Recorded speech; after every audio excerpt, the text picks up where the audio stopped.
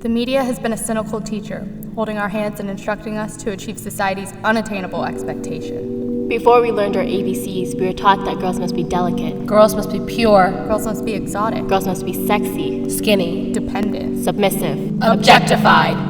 Perfect. Sex. I bet I have your attention now. Anything without sex is considered boring, stale, tame, monotonous. Who would watch my videos if there wasn't any cleavage? Who would come to my shows if I'm not showing skin? It's funny how the size of my breasts is more important than the capacity of my mind. It's necessary that I show my cleavage rather than my knowledge, because maybe then at least I'll be accepted by a man. Constantly hypnotized by these standards before we were even able to develop our own sense of self-worth, disillusioned by the images in our magazines and deceived by the entities on our TV screens, that Photoshop truths that we bitterly swallow until it embedded. Standards changed, ideals altered. Undressed to entertain rather than dressed to impress, because Less became more. Who cares how much skin I'm showing, as long as it sells? Is it in the short skirts, crop tops, zoomed in and touched up, that then we are only considered worthy of attention? Caught in the midst of this psychological warfare, our only weapon a remote, but not even that could save us. Each channel another blow. Switch. Lose weight fast. Switch. Get skinny now. Switch. Want big pants?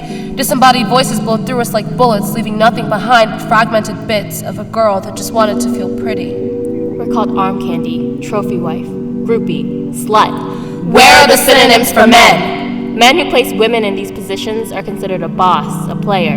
He's glorified and made to feel like a king. Our girls learn to adapt, to tuck in their tails and cower behind these men. You know, I've always wanted a daughter, but I'm terrified to think that this poison that once tainted me will infect her innocent mind. It won't matter how much I tell her she's beautiful. A magazine cover will always tell her otherwise. She'll believe any attention is good attention, and someone will take advantage of that. I thought sexy was red lips and slips of knowledge. You thought sexy was pushed up and shut up. Now we think sexy is too much and never enough. More high slits and low cuts. More makeup. More buns, hun. We do not consent. I do not consent. Every day another message telling me that I'm not good enough, and I'm breaking my back to be what they wanted me to be when all I wanted to be was pretty. Pretty, a word that once stood for a bright smile and sweet disposition. Now pretty is tiny waists and rib cages. I wonder what else I'll have to lose to acquire beautiful.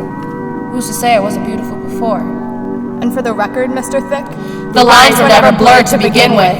I am not ashamed of the skin beneath my clothing. My anatomy is a work of art, but my dress is not an invitation, nor is my body an open gallery. I refuse to be painted up to please the masses. When did my body become a sales tactic?